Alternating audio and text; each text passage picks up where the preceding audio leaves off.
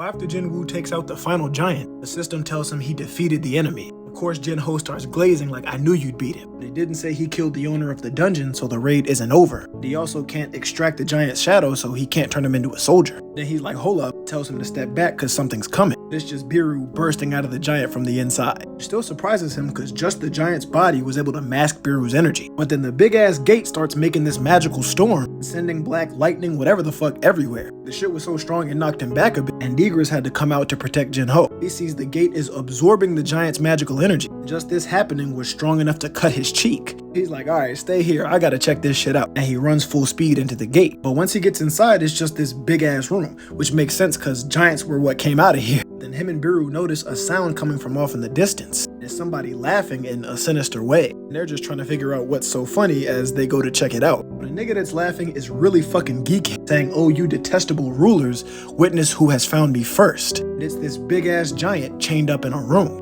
When Jinwoo arrives, he says, free me from these chains. I know what the rulers are planning. The monarchs must know quickly. And as he's talking, he's like, wait a minute, you're not the one I know, talking about Jinwoo. He asks if the rulers are the one who chained him up like this. And he says, yes, they're trying to use me as a stepping stone for the foundations of the true war that is to come. Well, he's just confused as to why they can actually communicate, but then he asks him who are the rulers. He says they're ancient enemies of the monarchs. Since he's supposed to be the new shadow monarch, does that mean they're my enemy too? Wait, if they chained you up, doesn't that mean? He says, yes, I too am a monarch. Both the monarchs and rulers are probably looking for you, as you now have the strength to oppose them all. But you require support. Release me from my seal and I will help you. Come on, a monster? You gonna help me, a human? You really expect me to believe that? He says, alright, I'll make you believe me. And activates some kind of ability. It says the King of Giants has activated the Pledge of Honesty. If he agrees to it, it just means they can't lie to each other. After pondering what to do for a second, cause this is the King of Giants, he agrees to see what else he can learn. He says, release me, I'll help you. Now Jinwoo tries to say, I completely believe you. The pledge literally does not allow you to lie, so the words don't come out. He's like, alright, why can I talk to you and not the other monsters? But he's like, monsters?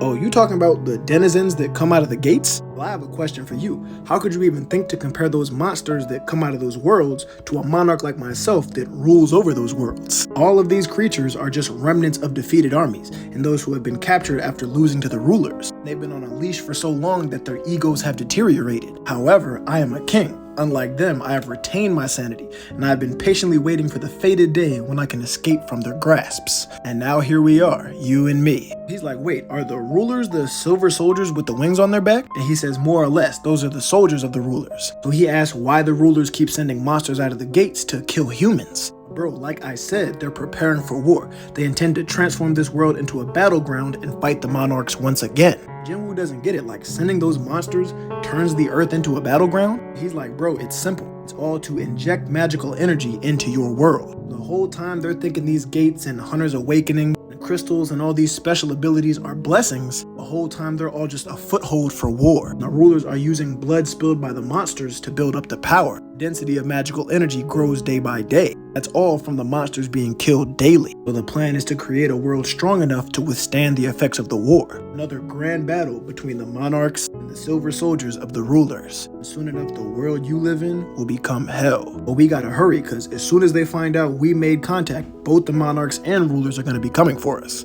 It's really possible that they're moving already. But he's like, bro, why are they targeting me specifically? The power you possess isn't actually yours. The fact that you have it is proof that the original owner betrayed the monarchs. You've become an enemy to both the rulers and the monarchs. However, I swear that I will fight on your side. So will you help me? He's like, bro, if you're gonna be on my side, it would be much easier to just turn you into a shadow soldier. But both monarchs and rulers have spiritual bodies, so when they die, they don't have a shadow. You can't turn them into a monster. Is that enough for you to help me now? And he's like, yeah, but something still feels off. You said you'll be on my side, right? And he says, of course. If you help me, I'll help you too. And Jinwoo starts freeing him from the chains. He's like, hold up, one more question. Are you on humanity's side? That's the real one. And this time he doesn't say anything. come on, bro, why won't you answer? Is it because the pledge is gonna make you tell the truth? And then he notices a gemstone sticking out the back of his neck, which means he can still hear the ruler's voice sending him commands to kill all the humans. Now that he's caught, he just goes to attack him. He says, yeah, go ahead and forget about that deal. It's way too dangerous to keep you alive, and he stabs him in the chest. Like he's the king of giants, so he could become a calamity. He says, nah, you're wrong. The calamity isn't me, it's you. He goes to try and bite him. He just weaves that shit and stabs him twice. Then goes around the back of him just to come back around again and stab him a few more times. Now he says, as the war goes on, your world will be filled with chaos and become a harsh battlefield. I hope that everything you wish to protect will burn to ashes. He's like, nah, I'm not gonna let that happen. Just finishes him off by chopping his head, and it says he beat the dungeon master. It shows he leveled up 8 times at once, so now Big Dog is level 122. And it cuts over to the US where a helicopter is pulling up to this mansion that belongs to this nation-level hunter named Christopher. And we see that it's Lady Selner, the upgrader, along with the deputy, saying they have an urgent matter to discuss. He's like, bro, if it's about that S-rank gate, I'm letting you know right now I'm not fucking going. She's like, nah, it's a bigger problem than that. Mr. Chris, you may be killed in the near future. He's like, hold up, I'm grateful you awakened my potential and everything, but we not close enough to be joking like this. Well, exactly who is supposed to kill who? She says that recently she had a dream about him. He's like, bro, there's no way you flew all the way over here to talk about some fucking dream. No, before you became an enhancer, people said you were a psychic and shit. Come on now, I'm a nation level hunter. Nobody can kill me. And he's like, hold up, let's say I believe you. Who the fuck am I supposed to ask for help from? Are you saying there's somebody who can protect a nation level hunter? She's like, well, there just might be. And obviously she's talking about Jin Woo. But cuts back to him coming out of the gate. He's sure he made the right choice because the giant's strength was overwhelming. If he actually let him into the real world, then he could do irreversible damage. All he's focused on is becoming stronger for the coming war. Now the word is spreading everywhere that Jin Woo soloed the giants, and people around the world are calling for him to be named a nation-level hunter. Now, one of the stray giants got taken out by this nigga. The Japanese Hunter Association finally got caught up for basically trying to sacrifice Korean hunters. And on the other side of the world, the US is celebrating that they took care of their gate. Then we see Thomas walking up on these niggas like, hey, I was looking for you guys. Y'all remember that bet we made? Y'all said Jin Woo was gonna die, remember? You bet your yacht and you bet your house and you, bro, I didn't bet anything. Nah, this is actually petty. He just wanted to bitch him. He took his necktie. This 100% had to be racist because he didn't even want it and just threw that shit to the side. But then his assistant says we have a problem. It's that Jin Woo's guild has been accepted to the international conference, which means he's coming to America where Hwang Dong-soo is. Then it cuts back to him just looking at all the new giants he got as soldiers. Like always, everyone shook at what he can do. But while Jinho's watching, a call comes in for him. Once he hears what whoever has to say, he looks pretty serious. Says he's got to go home to Korea for a family emergency. But Jinwoo asks if something happened, but he already knows that it's his father's illness. Then Jinho gets in a helicopter to go straight there. He's worried because he's never heard his mom's voice shake so much. He has no clue what's going on. But then it cuts to him already at the hospital with his father's assistant. His dad has already fallen into the final stage of the eternal slumber. He's like banging on the glass, but he can't even get close to him. The energy he emits as a hunter would just make his condition worse. He's like, damn, I'm a useless son to the very end. He hands him this book that his father was working on. Basically, he was just keeping up with every single one of his accomplishments. But even though he was hard on him and they barely talked, he really loved the shit out of him. He just had high expectations and wanted him to be great. As he's crying his eyes out, they go to leave. Then he feels a tap on the back of his neck. Around like, what the fuck was that? But they don't see anything, so they just continue walking away as it shows this bit of a shadow. Of course, it's Jinwoo. Come on now, you didn't have to cry. You over here giving me heartburn and shit.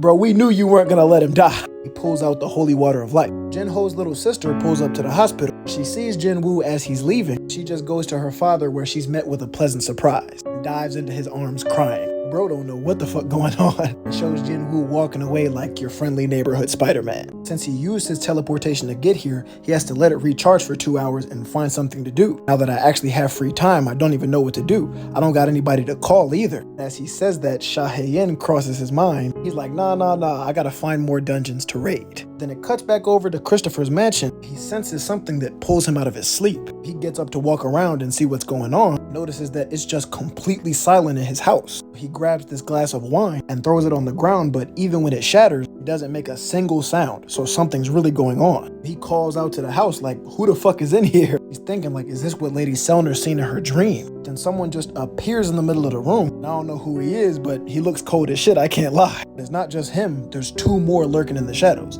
So alright, who the fuck are y'all? But he says you won't be able to save anything if you keep fighting while trying to help humans. Fragment of brilliant light. He can't understand him because he's speaking some kind of monster language. But what the fuck are you saying? But he says, I'm not talking to you, I'm talking to the man up there connected to you. He says, I don't know what the fuck you talking about, but I ain't no bitch. He starts undergoing this transformation. He says, hey, I'm taking at least one of you with me, as he turns into a sentinel from X-Men. Now these two back here are surprised, saying that he manifested a spiritual body, but bro is just on full crash out mode. He not going down without a fight, and damn near destroys his whole crib from the jump. And it cuts to Jinwoo riding to the airport to leave Japan, and it's like 100,000 people gathering just to watch him leave. Biru's like, hey bro, your people are paying you respect. You might as well raise your hand and acknowledge them. But he's like, nah bro, you got it all wrong. But then it cuts to him on the plane, and he's like, I wonder what are the chances of being seated next to somebody you know. It shows the guy from the Federal Bureau that tried to recruit him before. So he says, I hope you're not gonna claim this is a coincidence. But yeah, it'd be great if you thought that, but that's probably asking too much. He's actually surprised that Jinwoo remembers his name because they only met once, but he only knows because Biru told him, my king, his name is Adam